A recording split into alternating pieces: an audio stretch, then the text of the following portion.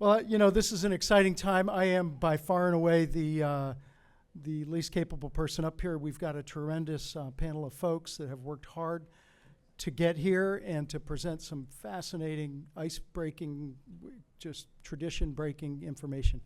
Reflecting on this a few minutes ago, I was in the other room and thinking about this presentation and spilled 12 ounces of hot coffee on my shirt. That's my joke, but it's true. Anyhow, we'd like to, let me introduce our first speaker, and I will mispronounce her name because I'm incapable, but I think it's Ania Camargo. And fun fact is Ania likes school. She went to Harvard and Stanford. So she's got both the East and West Coast covered, and she's going to tell us a little bit about what's going on throughout the continent. And then after that, we'll go to the Northwest. Thank you.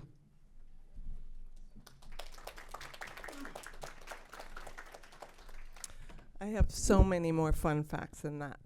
Anyway, hi everyone, I'm Ania Camargo. I'm the Thermal Networks Senior Manager at the Building Decarbonization Coalition, which is a national nonprofit that works with all stakeholders to decarbonize buildings. So my job there is to work with all stakeholders who want to do thermal networks across the country and have them help each other with resources and data and connections. So I'm going to try to, oops, here we go. So I'm going to give an overview, like a national landscape in 10 minutes, so it's going to be very big picture. But the first thing I want to start with is just to say that right now, thermal energy networks are having a moment and people are really excited. And there are many drivers, but two big ones are, one is that the country is decarbonizing, as you know. The states in blue, the light blue ones, have emissions reductions commitments of 75% or more by 2050, and also greening the grid or commitments. The ones in dark blue have either greening the grid or clean energy plan commitments. And as we know, about a third of our emissions in the country come from buildings. So taking on buildings that are mostly heated with fossil fuels is sort of mandatory to meet this. So this is really driving the electrification of the building sector, this emission target, but that's only one side of the equation. The other side of the equation is that we have over 2 million miles of distribution pipe under our streets. So if we decarbonized all buildings and did nothing with the gas pipe, we'd have a problem. So this is what's kind of leading us to, well, isn't there a better solution? There's an enormous amount of cost in replacing gas pipe, as you can see on the right. It's a list of studies that have been done in 4 states, and then recently a national one, that's estimating that it's going to cost us $740 billion by 2040 to replace gas pipe with gas pipe.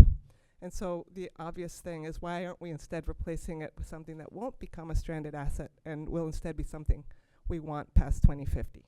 So that's big picture, what's driving this and the interest.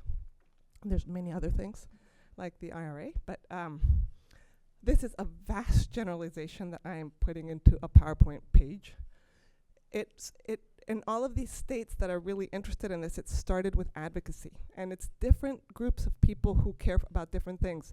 So energy burden, health, workforce issues, environment issues. So all of these folks in different combinations are coming together and pushing their regulators and legislators to either pass bills on thermal energy networks or to have future of gas proceedings. So far we have 13 states have initiated proceedings that are telling gas companies, you have to tell us how you're going to be net zero by 2050. And then 8 states have passed legislation. Then from there we get into, once that is happening, we have thermal energy network regulation and utility pilots. Every state is beginning with pilots, which are really more like demonstration projects because we know the technology works. It's just about seeing if utility companies, that's what's new, is that utility companies are installing these. And then, so we have 4 states that are in regulatory proceedings right now for thermal networks. We have 20 pilot proposals that have been given to their commissions across the country, and only one that's been constructed, which you heard about this morning, which is Eversource Gas. And then that bottom piece is what's happening as well. What we've been hearing about is this, we're trying to get ready, right? Workforce ready, doing a ton of feasibility studies, community outreach, and supply chain kind of stuff. So I'm gonna share a little bit more on legislation, because this is a really important piece of this puzzle. Right now, anyone can build a thermal energy network in this country except a utility. So gas utilities are only allowed to legally allowed to sell gas. So we have to change legislation to allow them to sell thermal energy. So the states on the right are the 8, and the ones in light blue are the 8 states that have passed legislation so far. Several of them have gone multiple rounds. Massachusetts is now in its 3rd round. And you can see Massachusetts passed their first bill in 2021. And since then, 8 have passed. And this year, 4 states passed. So it is speeding up, and it's speeding up fast. And you can see others have filed legislation and are considering. I'm working right now with about 5 states who are planning on filing legislation. So we know that in the next couple of years, we're going to have even more states that are that want their utility companies to install thermal networks. And this is a horrible slide that you guys should not read. It just is trying to, I want to just send a message with this slide. On the top are the chronological order of the states. On the left are the provisions. And the key message from this slide is the states are learning from each other. And that is why this is speeding up, because it's not sort of going in a vacuum at every state. So to give you a sense, in the Massachusetts, because it was our first bill was literally like 2 sentences in a giant climate bill that allowed gas utilities to pilot. By the time New York came around, they had a comprehensive bill that mandated that all their large utilities install 1 to 5 pilots. It included safety, really important labor provisions, to use existing workforce, to hire from local communities, to put these in environmental justice communities. Almost all the bills after that include most of the provisions that New York included. And then as they go, states tailor their legislation to their state, of course, but they're also adding stricter and stricter provisions as it goes. Stricter meaning more broad. For example, in Maryland, they passed legislation that gives funding to community groups to go out and do outreach to help educate people about thermal networks. So we are seeing, that was sort of like what's happening in the moment. So sort of stepping back a little bit and thinking about big picture, how are we seeing this in terms of legislation and regulation? And we're seeing it kind of in 3 stages. The first one is that demonstration pilot stage. And so that is very much about how we're defining these pilots, what are the definitions, what are the metrics, how are we going to pay back for the pilots. Then we're in some places, like at Massachusetts, moving to development and figuring out, and New York, figuring out what's the regulatory framework, what are we doing with a gas pipe? Like, so, you know, are thermal networks allowed for when you take out a gas pipe? Where are we prioritizing these? Should we be prioritizing them, for example, where there's electric or gas constraints? And very big, removing the giant barrier, which is the obligation to serve, which means that if one person on the block wants to remain with gas, the gas company can't remove the pipe. And so that's already in 2 states. It's passed, like an amended version of that has been passed for the pilots.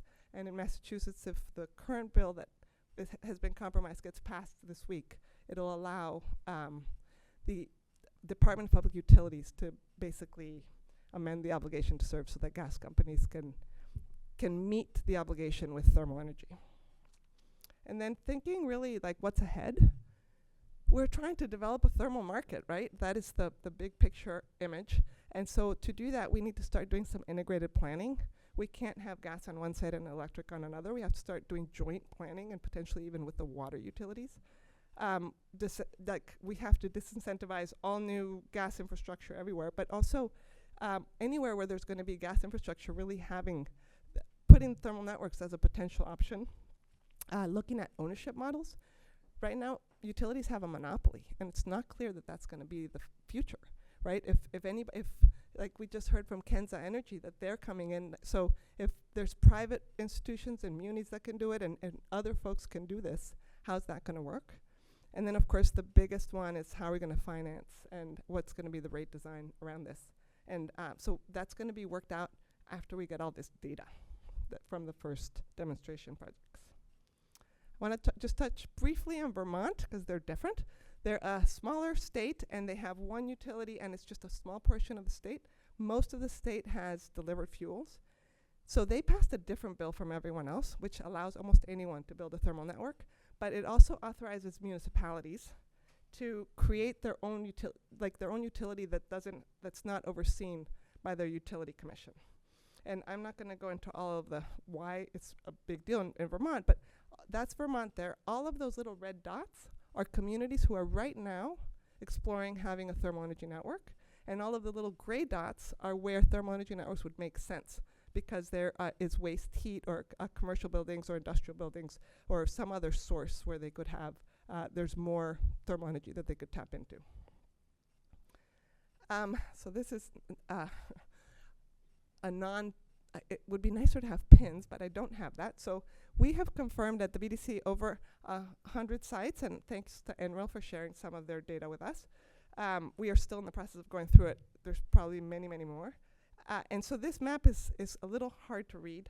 What the green states mean that they have at least one thermal energy network with an ambient temperature pipe loop, which is the design that's going to be ideal for utility companies. There's not that many in this country, but you can see that there's like 8 states that have them. Then for states that have the ones in blue, don't have that, but they do have a district energy system that's GEO. So most of these are college campuses that used to have district systems that were gas and now have been converted to GEO. And then the ones in green are the feasibility studies from the DOE, where there is no geothermal network or GEO districts. I couldn't sort of triple code these. On the right, you can see there's tons of feasibility studies. In New York, actually, it's more than 35. Today, I heard it was 48. Colorado is going gangbusters on their feasibility studies and handing out a lot of grants.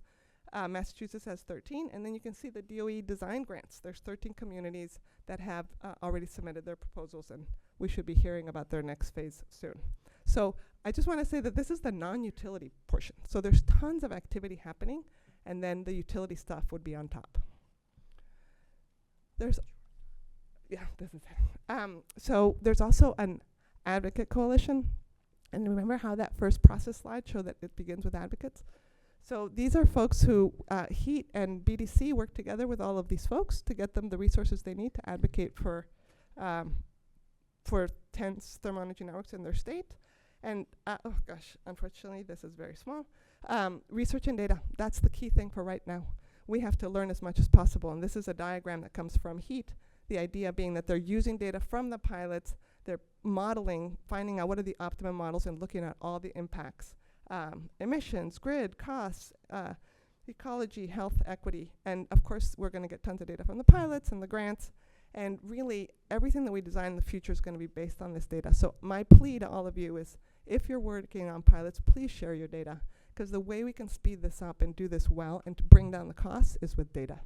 And that is all for me, and if you know, this is how to reach me. Thank you so much.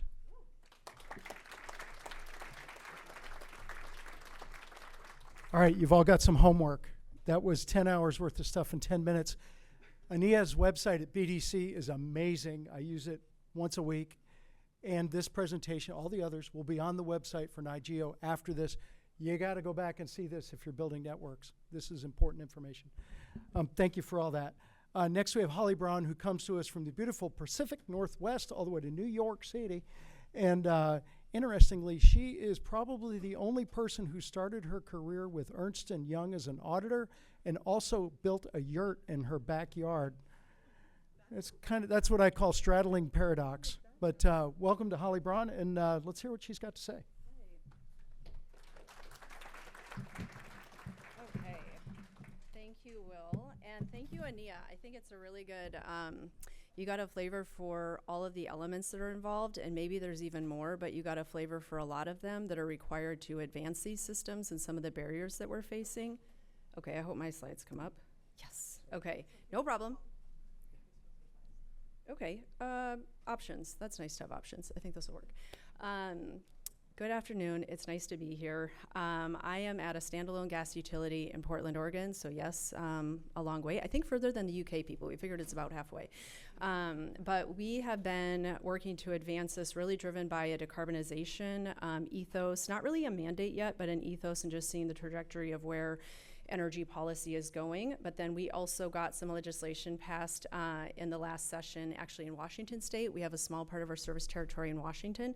So today I will give you an overview of this utility collaborative. I'll tell you a little more about that and where we're at 2 years since we started in December 2022. And then also, you know, legislation has different flavor in different states, so we'll look at what that means in Washington State. And then if we have time, the process that Northwest Natural has followed in navigating our legislation, it's not all perfectly clear, so there's room to kind of, I don't know, use deductive reasoning or just try to logic around how would it make the most sense to progress. So we'll see. I've got a stopwatch going, and we'll try to keep this at the 10 minutes. You might recognize the nature, the quality of this slide from Ania's deck. She's been keeping track of all of the utilities, and I will tell you this acronym because not everyone knows. UNGC is for the Utility Networked, well, we're not counting, Utility Networked Geothermal Collaborative. Back in 2022, I think I saw Morgan. Vermont Gas, there we go.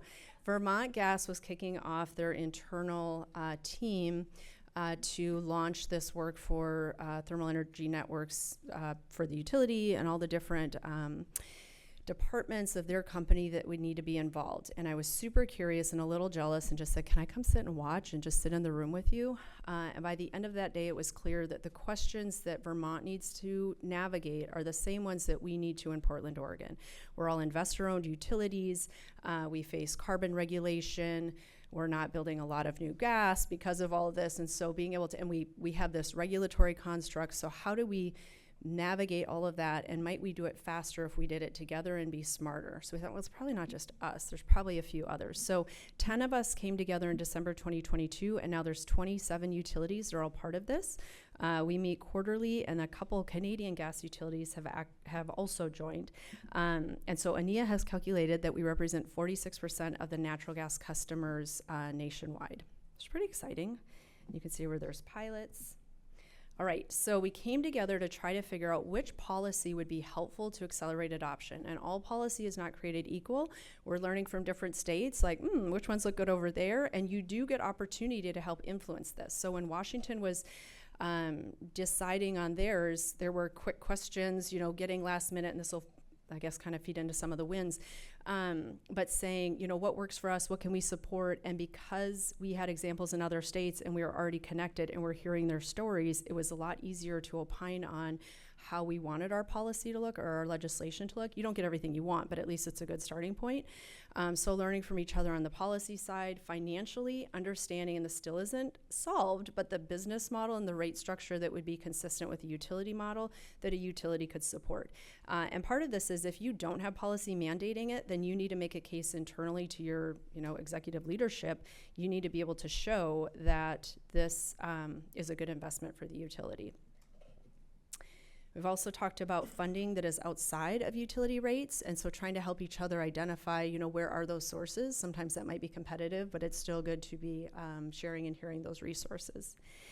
When you look at really boots on the ground, how do you ascertain the best sites? And different folks are at different places in this journey, but it's really interesting to hear. I was just learning from Baltimore Gas and Electric, the work they were doing with CDM Smith to look at an entire service territory, and how do you go from 50, like how do you even pick those 50 and then drill down and narrow down on that to the handful that you'd actually do the full feasibility studies for. So that's, you know, I guess it's an example of how we're learning from each other, but that was very informal sitting on a bus. We'll follow up though. Physically doing one of the projects, like going on site and seeing, oh, I remember when we saw Celsius at Framingham doing the directional drilling. They call it something else. Inclined pyramid. I think there was even another name for it. What?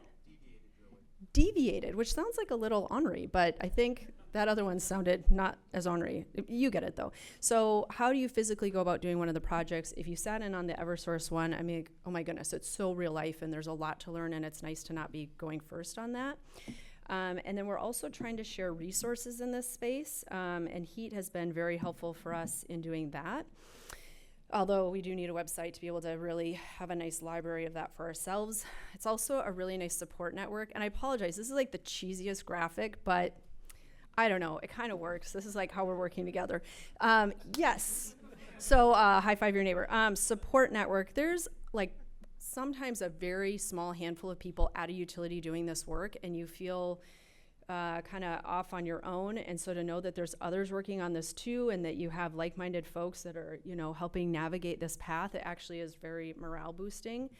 And then recognizing that we're one coalition, this utility group, but that there's a number of other coalitions, and having that touch point to labor, to regulatory, and heat has been really good at organizing all of that.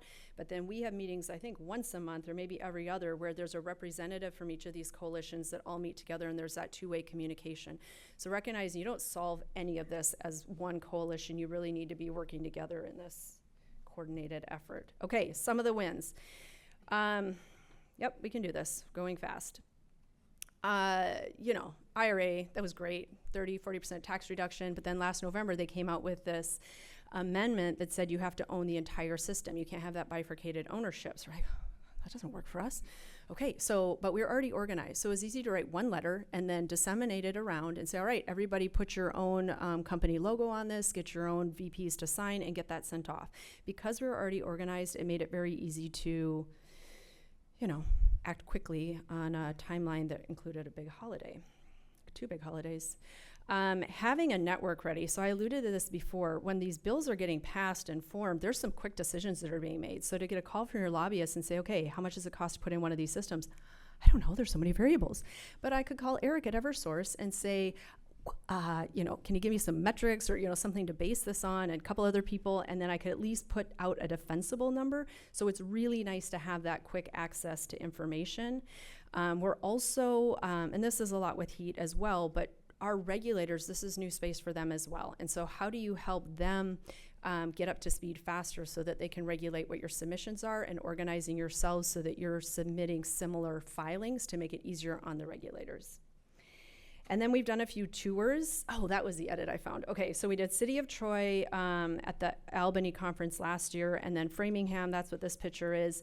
I came home, my husband's like, you seriously wore that sweater? You look ridiculous. He didn't say ridiculous, but I was like, oh my gosh, I'm embarrassed. But now I'm calling it out. Anyway, it doesn't look that professional, but whatever. And then we went to Lowell, right. So Lowell should have been on this. That was on the same day with the silly sweater. Okay, then 2.0, you know, most of us are just trying to do the first version of these, and that feels amazing if we could get that far. But now we've got vendors coming, and they're like, well, we can do it better, and it's cheaper, and if you use this technology. Like, oh, hi, that's great. So now the Gas Technology Institute, Mark, and Ryan Kerr are leading up this effort to start evaluating these other technologies that will help us do this faster, cheaper, easier down the road in our 2.0 versions. Looking ahead to 2025. I'm stretching out these 10 minutes. I'm feeling pretty good about this. I have a minute left. Okay. Oh, we're on topic 1. It's okay. We're going to do this. So next year, we've been quarterly meetings. We're actually moving to monthly meetings because there is so much content that people are interested in learning. So Morgan and I are working on the agenda for next year and getting that, you know, those scheduled topics out to everyone so they can kind of pick and choose. But there is just so much meaty, juicy material that we want to be able to sink our teeth into, you know, go deeper on individual topics. We also need to have a website. We're talking about adding on to an existing conference for an in-day in-person, and then potentially looking into nonprofit status. Our bill, the flyover. Period, capital letter, new sentence. Okay. Washington House Bill 2131, it's applicable to gas and electric utilities, and it's saying your obligation to serve now includes thermal energy networks and gas, but you can now do thermal energy networks. The gas utilities get 12-month head start. So we can survey our service territory and identify the sites that we think would make good pilots and just let our utility commission know, like, we want to do these. And we have 1 year to do that. We also have $25 million in grant funding. We have to share it among the 4 utilities that are in Washington state, presuming they all submit pilots. But that helps us cover the difference between business as usual cost and installing one of these systems. So just removing one of the hurdles. It's not to say it solves it all, but that helps reduce some risk. It passed in March, but the effective date's June 5th, so we have 1 year from that to identify our sites.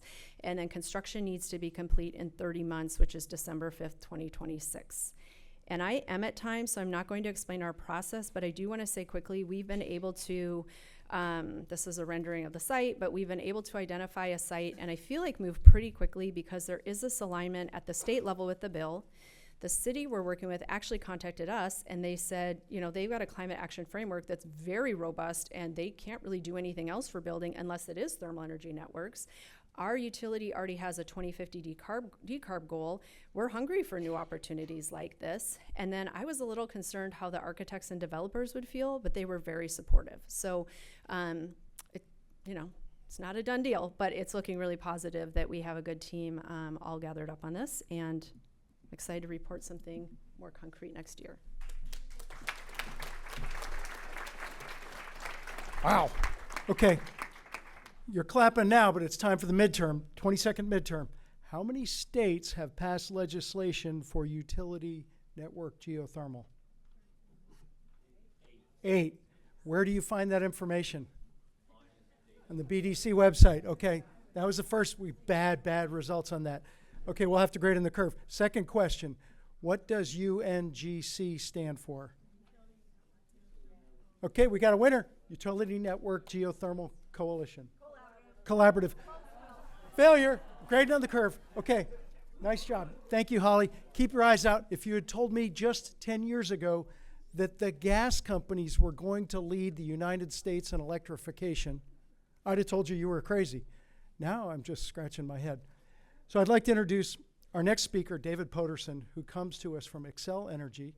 And interestingly, another weird dude just rode a folding bicycle down the coast of France and Spain while he's trying to figure out how to create geothermal neighborhoods for us all.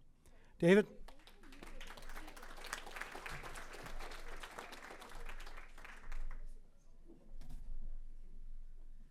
Thanks, Will. Past couple of presentations were the national perspective. I'm going to zoom in on Colorado and Minnesota, just give you a really brief overview of what we're doing there. So lots of new legislation. Colorado, last year, they came out with legislation saying, hey, you have to file a demonstration project for network geothermal. So we've been actively pursuing that, and I'm going to tell you a whole lot more about that.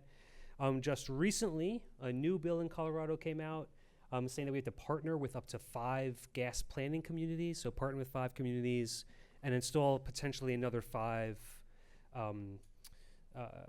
network geothermal systems in the state.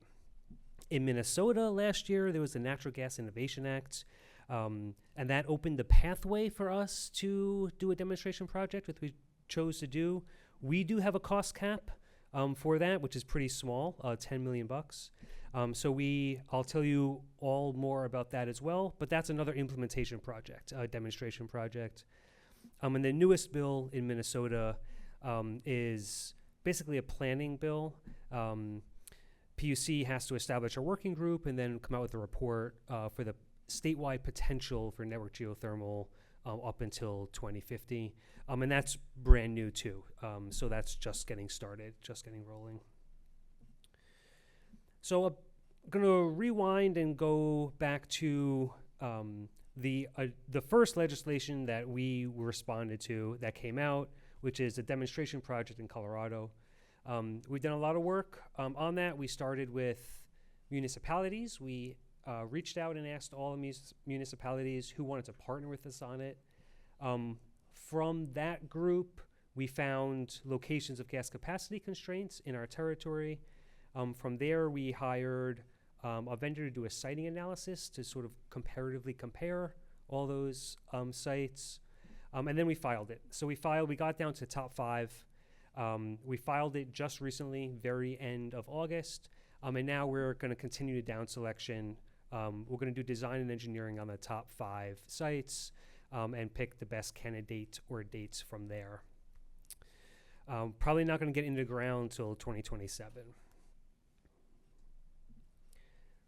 In Minnesota, we did almost the exact opposite approach. We filed right away with absolutely no plan. We said we think it'll look like this. We have illustrative costs, so let us do it, pretty please. But we had no plan. We didn't do any prior work. That's the Natural Gas Innovation Act. So we're working through that process. We haven't received approval yet. But that's in progress. So, and again, there's these two other pieces of legislation, one in Colorado, one in Minnesota, that just kicked off and we haven't really started working on very deeply yet. But some of the coolest things that are happening aren't either of those. This is a gargantuan new development project in downtown Denver that we're investigating. We do a feasibility study on installing a network geothermal system for. It's one of the largest development complexes in the state. So we're in the process of doing a feasibility study for this, seeing if this could be a brand new system and the backbone to all of downtown Denver. In addition to this, we have a steam system. So I'm out of slides. My dog ate my homework, so I'm not as prepared as I would like to be, but there's a lot of cool things that I'm gonna now just tell you about. So this is a brand new development complex. And so we're investigating if we could install a system here, and folks are really excited about it. New construction, starting from scratch, and literally our distribution planning team is like, well, we have to do something because we can't install enough electrical capacity for what they want. So that makes me excited for this. In addition to this new construction project, we have this district steam system in downtown Denver, which is a totally separate entity, but overlaps a lot with a district cooling system in downtown Denver. And we're working with the city of Denver on converting that to a geothermal system. The coolest part of that is because they overlap, we could use the district cooling system pipes as the geothermal backbone. And before we go in, swoop in and do the whole thing all at once, which would be very expensive and a large, obviously multi-year project, we're going to start with converting individual buildings. So our district cooling guys had the genius idea of, oh, well, they're already connected to the district cooling system. If we connect them to the return from the district cooling system, which is like 55 degrees all year long, then that's a perfect heat source for them. So we're going to start by converting a few individual buildings, or we're investigating. We're still working it out, but we're looking into feasibility of it and selling the customers on it, using the return piping of a district cooling system as a heat source for these downtown buildings. So that's all happening in downtown Denver. And then across Colorado, the Colorado State, Ania mentioned this, awarded 13 different grants for different projects across Colorado, which I wish I had a list of, but I'm sorry, I don't. We're not involved in most of them. Most of them are outside of us as Xcel Energy, but our governor is super keen on it. They call it the heat beneath our feet. He's super excited about it. So there's a lot coming down the pike in Colorado and Minnesota. Minnesota is also pretty excited about it. A little bit less legislation, so a little bit less to stand up here and talk about, but I think they're pretty keen on it as well. That's all I got. Thank you, David. He's been working on this a long time, and I think you're going to see more evidence now of why I am the least intelligent guy on the stage. We're going to bring up David Wang. We've talked about states, we've talked about individual companies, we've talked about utilities. Where is the federal government in all of this? Well, we have several representatives from the Department of Energy here, which is something we didn't used to see at NY-GEO, but this is an exciting time. Interesting thing about David Wang is that he is probably the only person you'll ever meet who went to the University of North Dakota and worked at Woods Hole Oceanographic Laboratory. So he knows a lot about hockey and petting dolphins, and in addition to a little bit about energy. So we're going to let him take over and bring us home.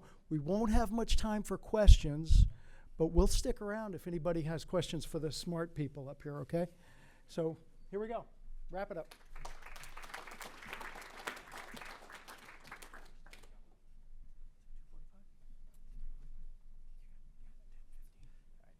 All right, thanks, Will, and thanks to my co-panelists here who are probably done way more impressive work than myself in my limited time at DOE. I'm actually relatively new to DOE, and as Will mentioned, in my past life I wanted to be a marine biologist. Who didn't? So it's actually really great to be back in Brooklyn. In the job I had previous to coming to DOE, I was just up the river here in Brooklyn Navy Yard working for a large energy developer. So it's really, really great to be back in this part of the world. So today I'm actually going to talk about some of the federal initiatives, as you can see, that the Department of Energy, specifically our office, the Geothermal Technologies Office, has been working on or is currently working on for the networked geothermal space, as well as geothermal heat pumps in general. We don't have a lot of time. I'm just going to feature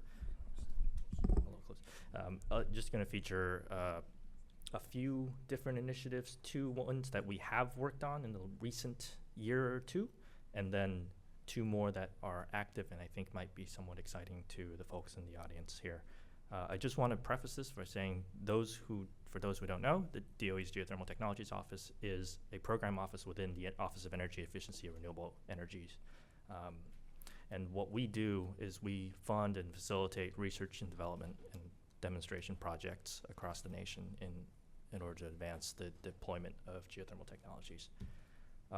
As one of those efforts, in 2022, we launched the Community Geothermal Phase 1 funding opportunity. This opportunity was actually managed by one of the audience members here. Where's Arlene? Arlene's our FOA manager over here. I can't take credit for any of this. GTO selected in Phase 1 11 communities across 3 different kinds of region types: urban, suburban, rural, and very remote communities, in order to assess and design, essentially perform initial design and feasibility studies for community scale coalition-built geothermal heating and cooling systems that are intended to reduce at least or provide 25% or more of the heating and cooling needs of those communities. You can see the list up here. Alexis will probably talk about this a little bit more in her talk later, so if you're interested, you can go to those. And Arlene is also in the audience, so feel free to ask her about some of these. Geothermal heat pump impacts reports was done in 2023. There's the main one was work done by Oak Ridge National Laboratory, as well as National Renewable Energy Laboratory, that's ORNL and NREL, to assess how the mass deployment of geothermal heat pumps would affect and influence or better the national grid at scale. So lower costs to build out transmission, as well as to lower the net emissions from a decarbonized grid. So this analysis is really focused on geothermal heat pumps at the individual household level and not network deployment of geothermal heat pumps. But if we included those, the impacts would be somewhat larger. Just to give you a quick sense of scale, if in the most optimistic case, mass deployment of geothermal heat pumps can eliminate a huge amount of transmission build out that we would otherwise need. It can reduce up to 400 gigawatts of new transmission build out, and that is, to give you a sense of scale, in some scenarios in 2050, that is roughly 10% of the total transmission or generation capacity of the U.S.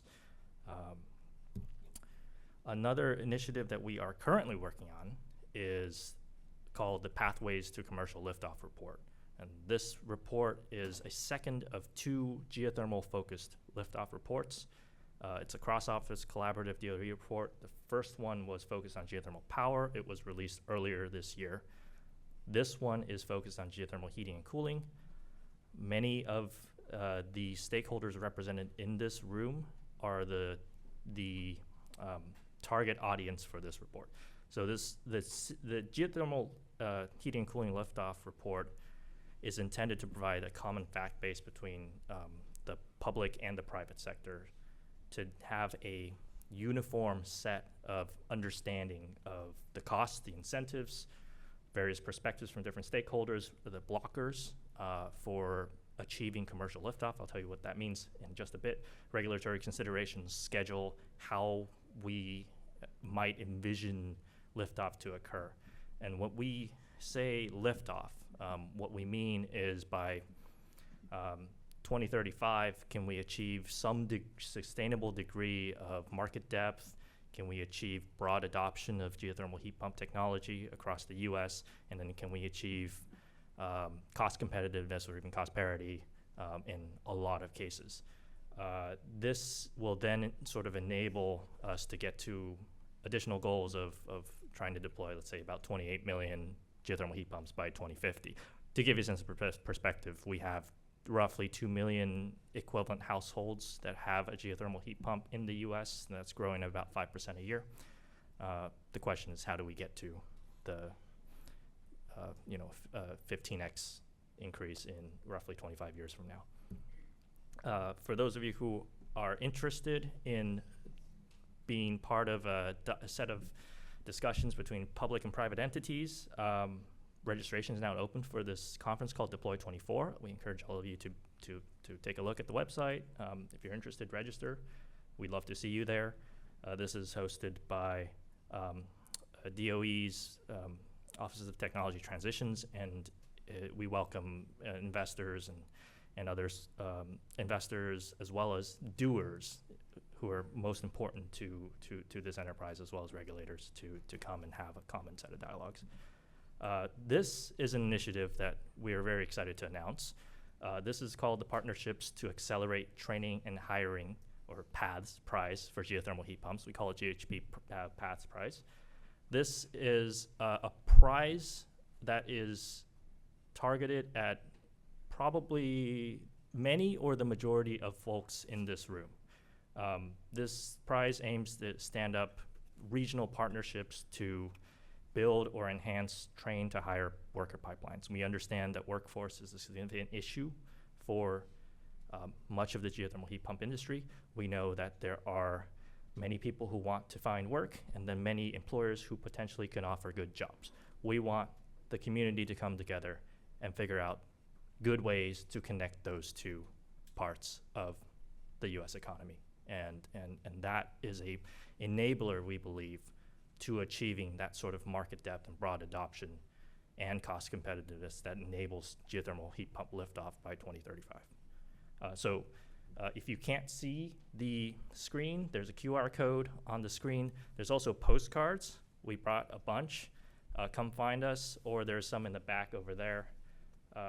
Feel free to take one and follow us on the website here.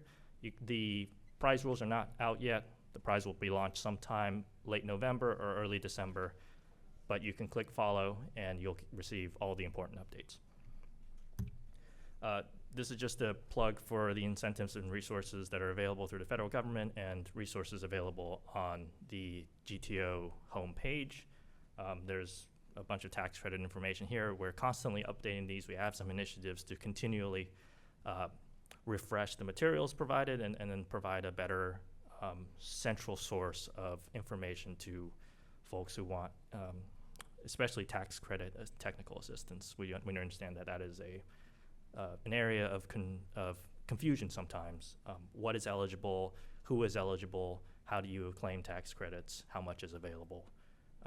So we're working on trying to put this all together, as well as a plug for Ania and the Building Decarb 10's website and many, many other resources available on their fantastic databases.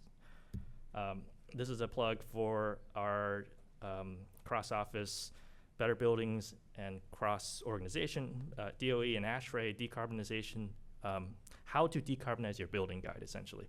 Decarbonizing building thermal systems, a how-to guide for heat pumps and beyond. This includes air source heat pumps as well as geothermal heat pumps.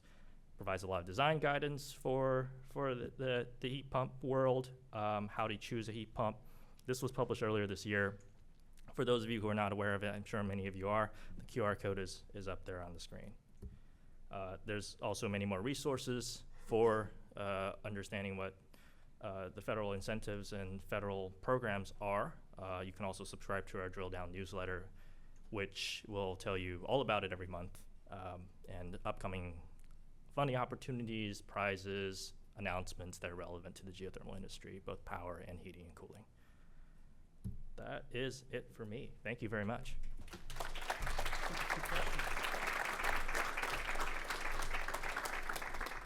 Wow, they've been busy in Washington, D.C., which is good because I've been sending you guys a lot of money. So keep up the good work. Terrific panel. Final exam, what does the acronym PATH stand for? Anybody paying attention? There you go. You got through. Congratulations. All right. Way to go. Yeah. All right. People are paying attention. Thank you very much for coming. We have a few minutes for questions. Do we have any hands going up right away? Yes, sir. Max? Austin's got one. Just hold on to it. Sure. Placeholder. Hello, I'm Austin with Aztec Geothermal. So I know workforce development is a big portion of what we consider to be a bottleneck to the advancement of geothermal as an industry. And I'm just curious what portion of the workforce we really consider to be the bottleneck. Most geothermal systems are more or less just HVAC equipment, and we have plenty of HVAC mechanical contractors. HDPE pipe is very common in the gas network. So what part of the workforce are we really working on developing?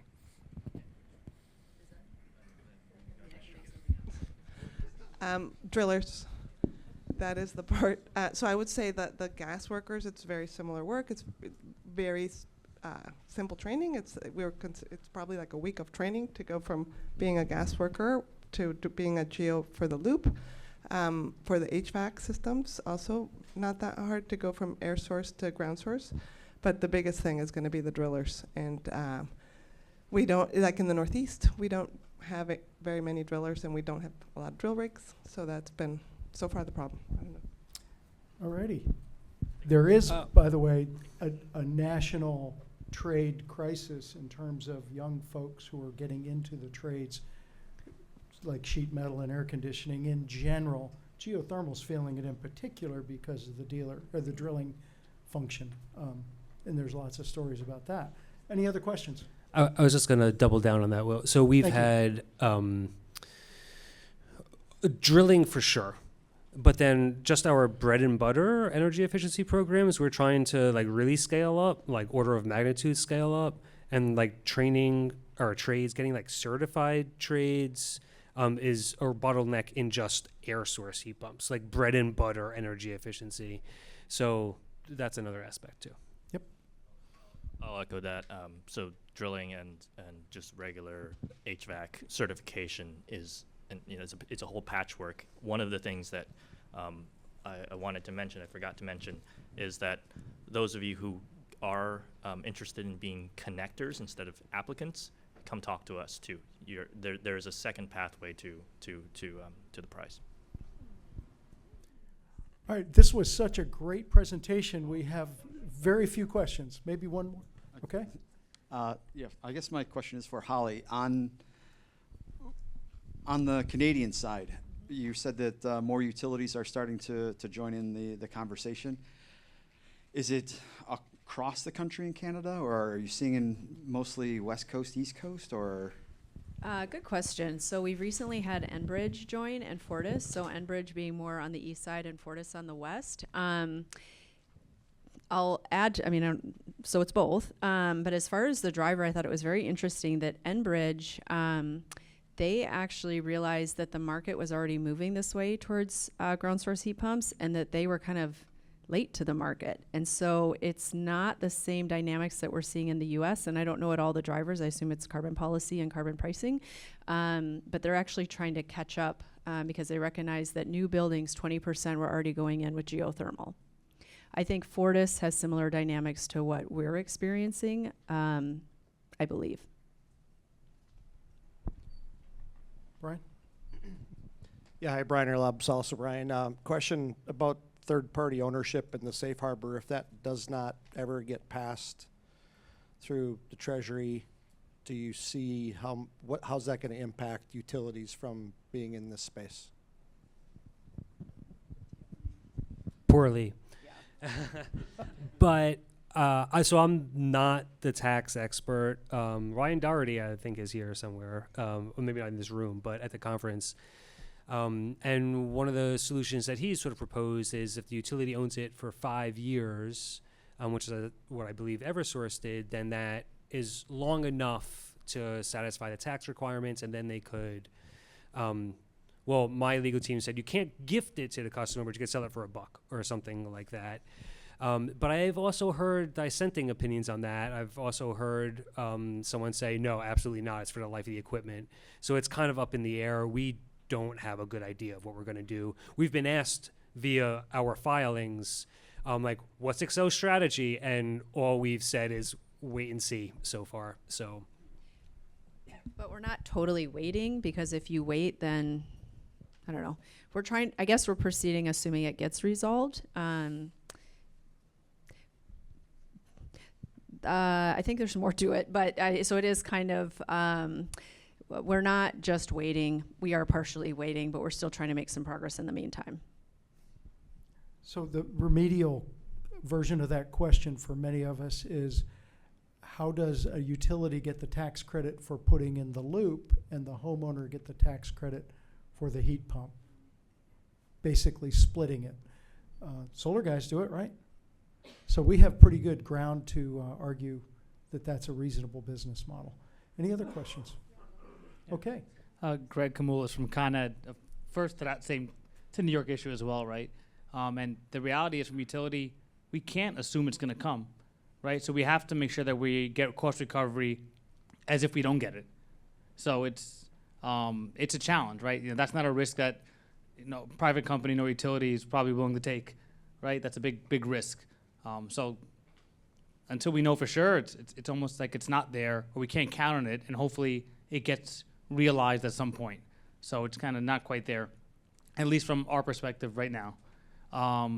Second to that question is, a lot of the early development in, at least, the Northeast, right? And I just kind of common theme that you kind of hear a lot is, off of the gas utilities, right? But then as we all start learning more and more over the last several years, long-term at scale, we definitely are realizing that the electric grid is going to see the biggest impact, right, to what this is. And I'm curious if the other states have started to evolve their legislature that kind of allows the electric utilities to have a stay in this space as well, right? Because the gas work is the gas work. A lot of utilities, to be quite honest, do a lot of contractors out. So whether it's an electric utility or gas utility hiring the gas pipe contractor, it's the workforce of the gas pipe contractor doing the work. So it's not as much, not that there's not any. So I'm just curious to see if the legislation in other states has kind of opened it up quite a bit to be above and beyond. Because not all utilities are fortunate to have gas and electric like we are. So there are several states who allow gas and electric to operate and own and sell thermal energy, including New York. I mean, like, your bill allows that. Maryland included water, and the ones in Massachusetts, the state regulators, in their future of gas proceeding, asked for future planning and coordinating between gas and electric. So this it's happening, and I think the next set of bills is going to be a lot about planning between gas and electric. And Washington State is looking at how are they going to play this out for those territories where there's not joint gas and electric, where gas is one different provider and electric. So Washington's trying to file a bill right now that's trying to sort that out.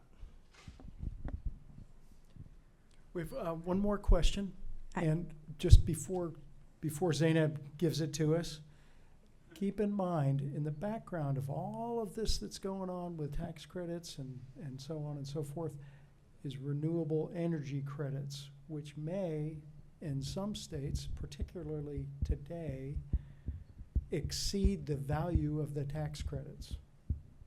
Think about that. So there are other financial wheels in motion that will affect thermal energy networks. Last question. I'm so sorry. I was actually going to just add that if anyone's interested in split ownership, there's an entire panel on it tomorrow morning, the IRA panel #1. But since you mentioned renewable energy tax credits, renewable energy credits, my question is on thermal RECs, which some states have, if that's something that's in consideration. Something that's what? In consideration for anyone. In consideration, Yeah. but yes.